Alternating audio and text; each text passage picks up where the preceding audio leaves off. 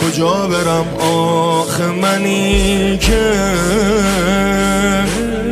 عشقو با تو تجربه کردم، جلو چشات بودم و همیشه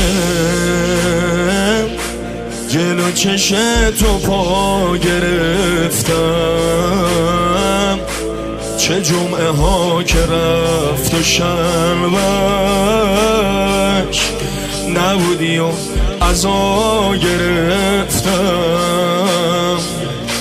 چه جمعه ها که رفت و شنبهش نبودی و عزا گرفتم.